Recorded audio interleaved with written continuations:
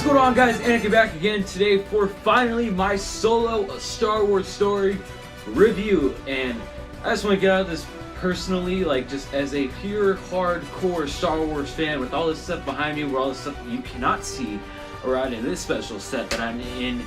I'm a diehard Star Wars fan, and everything about this movie except for one thing, which is really just one really bad editing choice, worked for me on and blew off on all cylinders. I love this movie to death. This movie is so much fun. This movie really is what it feels like to me. It feels like exactly what I always wanted from this movie, and I would agree, and I'm on the side of that. I really didn't need a Star Wars movie, especially like just an entire Star Wars movie just based on Han Solo. I really didn't need that. But I really never really thought that I can get this one this good, or that this one that could really integrate into the Star Wars universe. But most of all, they really gave me what I actually was like walking in. What I really wanted was basically I wanted a Marvel movie, but as a Star Wars movie for a character. I love that because when you look at all the Marvel movies, you have the team-ups, you have the Avengers movies, you have just like all the different kinds of movies, but you also have the solo movies, the origin stories, and those movies, some of them, most and others, really shine. Black Panther, like any of the Captain America movies, any of the Iron Man movies, they really shine because of just focusing on one single character. And I love that in this one you were able to really see what the character of Han Solo was before he became, you know, Han Solo, like the one that we all knew when we were kids, the one that we all grew up on. And I love that because, again, this is another thing I was super scared about was, one, is this gonna feel like Star Wars when it doesn't have lightsabers, when it doesn't have anything else? I really wasn't too concerned about that.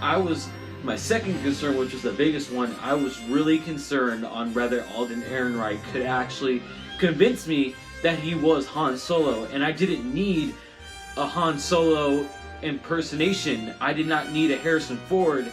I needed someone who could channel what the essence of Han Solo is, and I think he did that perfectly because even in the trailers, I think it was the first trailer that I saw, I'm still not a big fan of like the "what's that" and like the smile, and like for me, that line didn't really work for me. But that second trailer came out, and you hear, and it's this shot where Chewie and Han are talking together. I don't even think it's in the movie, but Chewie says something, he's like, and then Han's like, well, what do you know? Like, that's Han Solo. And even then, like, there's so many little things, whether it's the way he pronounces things, whether it's the way, like, his eye movement, or his just cocky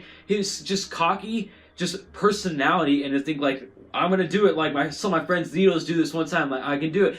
It's so perfectly Han Solo, and yet I feel like we're so happy. I think at least us that love the movie and not the other ones who really just want to hate this movie to hate it. I really love the fact that we get to have someone else be able to be Han Solo when it's no secret that Harrison Ford really doesn't like Star Wars anyway, but like he is Han Solo. But I love being able to see that somebody else can perfectly step into this role, and it can really feel like it's for another generation. And more importantly, what I feel like, this movie seems like it could be setting up an entire different mini universe of just crime and just like the underworld, like if you want to use that name of that TV show that was never made, of just Star Wars like lore. And whether it's just you go into the Darth Maul stuff where you have some of it's with the crime syndicates, but you still have a little bit of dark side in there where the Empire is still present, and there's no Jedi, which I actually really love. Because for me, when I go on my gauge, my Star Wars, like what's my favorite part of Star Wars, it's always the Jedi, it's always the Sith, it's always that.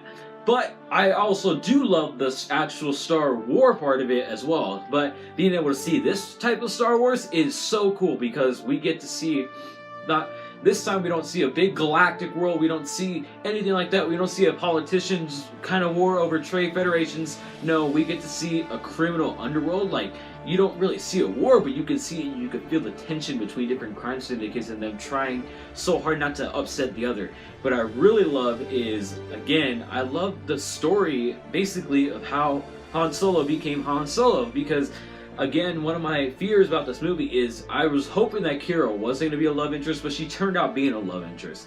And my first walk into this movie, when they first kissed for the first time, I was like, no, Han Solo's a player, but he can't love anybody else. Like, his one love was always Princess Leia. Like, that's so ingrained into my head that I was immediately like, no, oh, no, like, he cannot, no, that's messed up, like, no.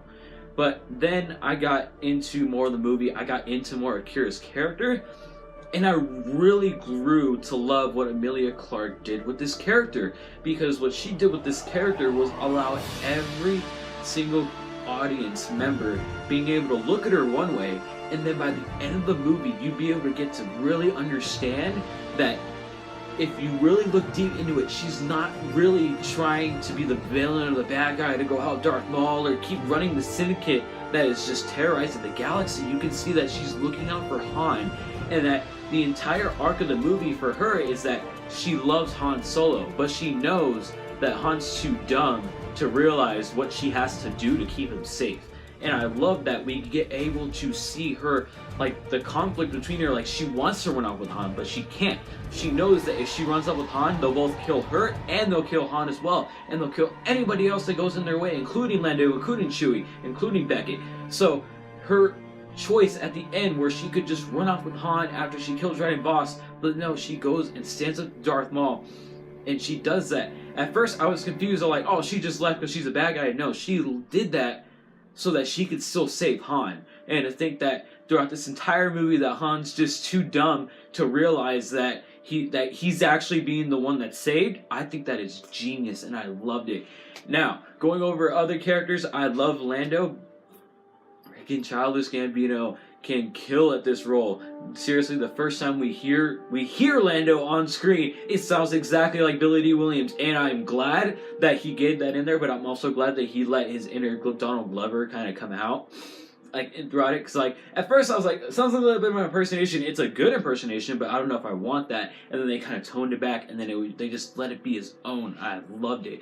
Now, as far as the story goes, with just, like, them and the heist and everything, I loved being able to finally see the Kessel Run on screen, because we've heard about it for years. We know finally what the Kessel Run is, and it's so awesome, because, like, I liked knowing that, like, oh, we're gonna be blown up by this giant, like, batteries and stuff, and then, like, I love the whole space monster thing, like, there's always a bigger fish type of deal. Like, I love that, and I loved all the different music choices that they used, that John Powell used, whether it's the TIE Fighter attack from A New Hope and the Empire, and from Empire you have the asteroid field music. I love it. That's another thing that I'm super pleased about this movie, is that with Rogue One, I love the score for that movie, but I love it as a sci-fi movie score. I think it's not up to the caliber of what a Star Wars score should be.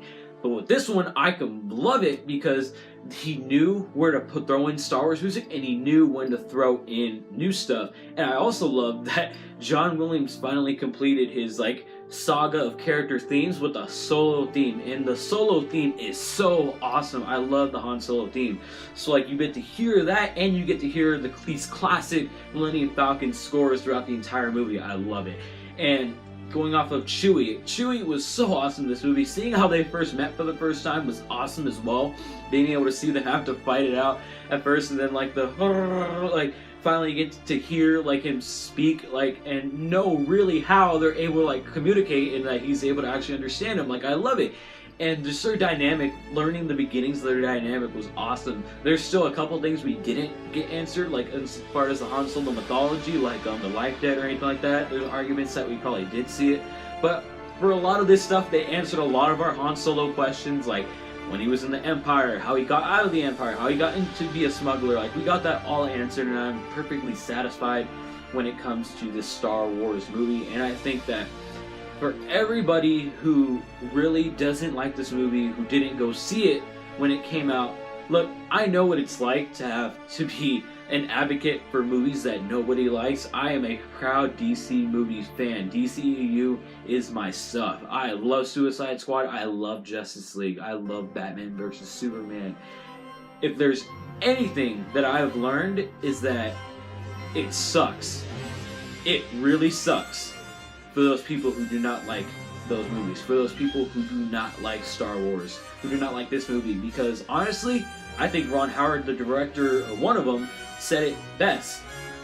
If you don't like this movie, if you don't want to go see it because of Last Jedi, or whatever your reason is, you're missing out. Because whether you like it or not, like, if we're Star Wars fans, we should love Star Wars for what Star Wars is. Even the bad ones that we think are bad, like, not all Star Wars movies are perfect. That doesn't mean that we shouldn't embrace them and love them, and you're allowed to have your own opinions of, like, whether you like it or not.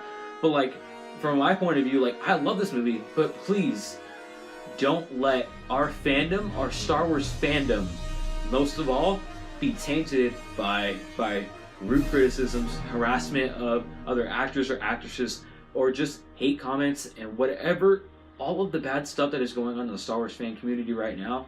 I just want to say, I do not take part in that. For every single person who is standing up for the people that actually are being physically hurt by this, or mentally, or whatever, please keep going. And for those people who keep trying to ruin the Star Wars fandom for themselves, or who just trying to hurt the actors or actresses, stop. There's no point. Star Wars is Star Wars. George Lucas said it. It's made for 12-year-olds who just want to have fun. And yes, we grew up with Star Wars, but that doesn't mean that it should be something that we taint and that we should try and just use as a weapon or as an outlet or something we could bully somebody else with.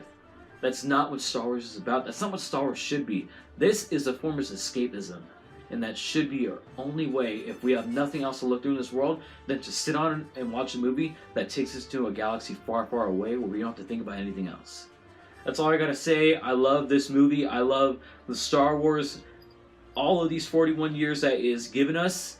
Please, Disney, Kathleen Kennedy, just give us more.